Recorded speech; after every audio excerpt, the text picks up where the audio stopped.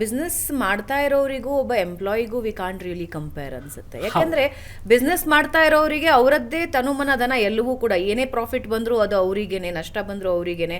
So end of the day ಅವರೇ ಜವಾಬ್ದಾರರು. ಈಗ ಗೇನ್ ಮಾಡಿದ್ರು ಅಂತ ಹೇಳಿದ್ರು ಅದು ಪೂರ್ತಿ ಅವರ ಕಂಪನಿಗೆ ಬರುತ್ತೆ ಹೊರತು that won't be shared by employees, shared for the employees. So ಹಂಗಿರೋವಾಗ ಒಬ್ಬ ಮಾಲೀಕ ಕೆಲಸ ಮಾಡೋದಕ್ಕೂ ಅಥವಾ ಅಲ್ಲಿ ಎಂಪ್ಲಾಯಿ ಕೆಲಸ ಮಾಡೋದಕ್ಕೂ ಬಹಳ ವ್ಯತ್ಯಾಸ ಇರುತ್ತೆ. ಹೌದು, ಖಂಡಿತ ಅದು ಒಪ್ತೀನಿ.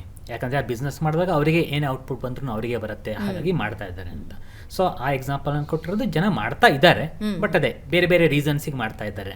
ಸೊ ಹಾಗಾಗಿ ನಿಮ್ಮ ಕ್ವಶನ್ಗೆ okay just as an employee ಕೇಳೋದು ಸರಿನಾ ಅಂದರೆ ಅದು ಸರಿ ಅನ್ಸೋದಿಲ್ಲ. ಯಾಕಂದ್ರೆ ನೀವು ಅದನ್ನು ಹೆಂಗೆ ವ್ಯಾಲ್ಯೂ ಮಾಡ್ತೀರಾ ಅಂತಲೂ ಬರುತ್ತೆ. ಓಕೆ 1 ಅವರ್ಗೆ ಎಷ್ಟು ಕೊಡ್ತೀರಾ ನನಗೆ ಅಂತಲೂ ಬರುತ್ತೆ. ಅವಾಗ ಅದೇ ಟೈಮಲ್ಲಿ ನಮಗೆ ಕಾಂಪಿಟೇಷನ್ ಜಾಸ್ತಿ ಆದಾಗ ಈಗೇನದು ನಮ್ಮದು ಈ ಎಕಾನಮಿ ಇದ ಮೇಲೆ ಡಿಪೆಂಡ್ ಆಗುತ್ತೆ. ಈಗ ತುಂಬ ಜನ ಈಗ ಜಾಬ್ ಲೆಸ್ ಆಗಿಬಿಟ್ಟು ಅಥವಾ ಹುಡುಕ್ತಾ ಇದ್ದಾರೆ ಅಂದಾಗ ಕೆಲವರು ರೆಡಿ ಇರ್ತಾರೆ, ಆಯಿತು ನಾನು ಜಾಸ್ತಿ ಅವ್ರು ಕೊಡೋಕೆ ರೆಡಿ ಇದ್ದೀನಿ, ನನಗೆ ಕೆಲಸ ಕೊಡಿ ಅಥವಾ ನನಗೆ ದುಡ್ಡು ಬೇಕು ಅಂಥ ಟೈಮಲ್ಲಿ ಅದು ಪ್ಲೇ ಆಗುತ್ತೆ. ಬಟ್ ಓವರ್ ಆಲ್ ಈಗ ನಾವು ವೆಲ್ಬೀಯಿಂಗ್ ಬಗ್ಗೆ ಮಾತಾಡ್ತಾ ಇರೋದ್ರಿಂದ 90 ಅವರ್ಸ್ ವರ್ಕ್ ಮಾಡೋದು ಒಳ್ಳೇದಾ ಇಲ್ಲ, ಯಾಕೆ ಜನ ಬರೀ ವರ್ಕಲ್ಲೇ ನನಗೆ ನಾನು ಯಾಕೆ ಈ ಪ್ರಶ್ನೆ ತಗೊಂಡೆ ಅಂದರೆ only working is not life. ಬರೀ ಕೆಲಸನೇ ಲೈಫ್ ಅಲ್ಲ. Life is different. ಕೆಲಸ ಜೀವನದ ಒಂದು ಭಾಗ, ಅವಿಭಾಜ್ಯ ಅಂಗ ಹೌದು, ಬಟ್ ಕೆಲಸನೇ ಜೀವನ ಅಲ್ಲ ಅಂತ ನನ್ನ ಕ್ವೆಶ್ಚನ್. ಹೌದು, ಯಾಕಂದರೆ ಅದಕ್ಕೆ ನಾನು ಜನರಲಾಗಿ ತುಂಬ ಜನ ಜೊತೆ ಮಾತಾಡ್ತಿರ್ಬೇಕಾದ್ರೆ ಹೇಳೋದು, ನಮ್ಮದು ಲೈಫ್ ಕ್ಯಾನ್ವಾಸ್ನ ನಾವು ನೋಡಿದಾಗ ಅದ್ರಲ್ಲಿ ಪೂರ್ತಿ ವರ್ಕನ್ನು ತುಂಬಿಸ್ಕೊಳ್ಳೋದು ತಪ್ಪಾಗುತ್ತೆ. ಒಂದು ಡೇಕ್ಕೆ ಒಂದು ಡಾಟಾಗಿ ಇಟ್ಕೊಳ್ಳಿ ಅಥವಾ ಒಂದು ಚಿಕ್ಕ ಸರ್ಕಲ್ ಆಗಿ ಆ ಕ್ಯಾನ್ವಾಸಲ್ಲಿ ಇಟ್ಕೊಂಡ್ರೆ ಆ ಕ್ಯಾನ್ವಾಸ್ನಲ್ಲಿ ತುಂಬ ಬೇರೆದನ್ನು ತುಂಬ್ಕೊಳ್ಬೋದು. ಈಗ ಫ್ಯಾಮಿಲಿ, ಫ್ರೆಂಡ್ಸ್ ಇರ್ಬೋದು ಅಥವಾ ನಿಮ್ಮದೇ ಏನೋ ಒಂದು ಹಾಬೀಸ್ ಇರ್ಬೋದು, ಯಾಕಂದ್ರೆ ನೀವು ಸೋಷಿಯಲ್ ಸರ್ಕಲ್ ಇರ್ಬೋದು. ಸೊ ಅದನ್ನೆಲ್ಲ ತುಂಬಿಸ್ಕೋಬೇಕಾಗತ್ತೆ. ಆದರೆ ಏನಾಗುತ್ತೆ, ಈಗ ನಾವು ಒಬ್ಬ ಸ್ಟೂಡೆಂಟು ವರ್ಕ್ ಲೈಫಿಗೆ ಎಂಟ್ರ್ ಆಗ್ತಾ ಇರಬೇಕಾದ್ರೆ ಅದು ಅವ್ರಿಗೆ ಗೊತ್ತಾಗಿರಲ್ಲ, ಇನ್ನು ಅವ್ರು ಹೊಸದು ಏನದು ಎಂಟಿ ಕ್ಯಾನ್ವಾಸ್ ಥರ ಅಂದ್ಕೊಳ್ತಾರೆ. ಇವೊಂದು ಅವ್ರದ್ದು ಆಲ್ರೆಡಿ ಇರ್ಬೋದು ಫ್ಯಾಮಿಲಿ, ಫ್ರೆಂಡ್ಸು ಎಲ್ಲ, ಬಟ್ ಇಲ್ಲೇನು ಮಾಡ್ಬಿಡ್ತಾರೆ ಅವರು ಒಂಥರ ಅದನ್ನೆಲ್ಲ ಸೈಡಿಗೆ ಇಟ್ಬಿಟ್ಟು ಬರೀ ವರ್ಕಲ್ಲಿ ತುಂಬಿಸ್ಬಿಡ್ತಾರೆ ಅದನ್ನು, ಅವ್ರು ಪೇಂಟ್ ಮಾಡ್ಕೋಬೇಕಂದ್ರೂ.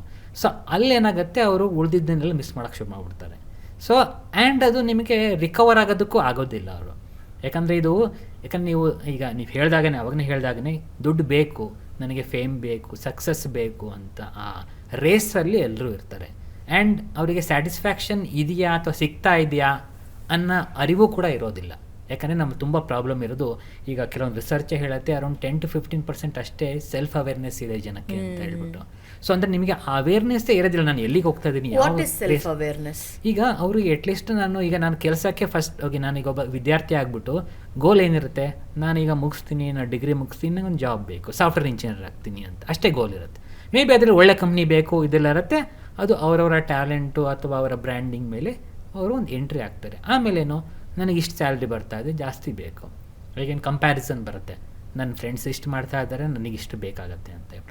ಅವಾಗ ಅವ್ರ ಗೋಲ್ ಬರೀ ನಾನು ಎಷ್ಟು ಮಾಡಬಲ್ಲೆ, ಎಷ್ಟು ಮ್ಯಾಕ್ಸಿಮಮ್ ಮಾಡಬಲ್ಲೆ ಅನ್ನೋ ಆ ಒಂದು ಓಟದಲ್ಲೇ ಇರ್ತಾರೆ. ಆ ರೇಸಲ್ಲೇ ಅವರು ಮಾಡ್ತಾ ಹೋಗ್ತಾ ಏನಾಗ್ಬಿಡುತ್ತೆ, ಅವರು ಬೇರೆ ಅದಕ್ಕೆ ಪ್ರಯಾರಿಟಿನೂ ಕೊಡೋಕ್ಕೆ ಹೋಗೋದಿಲ್ಲ, ಅಥವಾ ನಾನು ಸ್ಲೋ ಡೌನ್ ಮಾಡಬೇಕು ಅಥವಾ ನನ್ನ ಫ್ರೆಂಡ್ ಸರ್ಕಲ್ ಉಳಿಸ್ಕೊಂಡಿದ್ದೀನ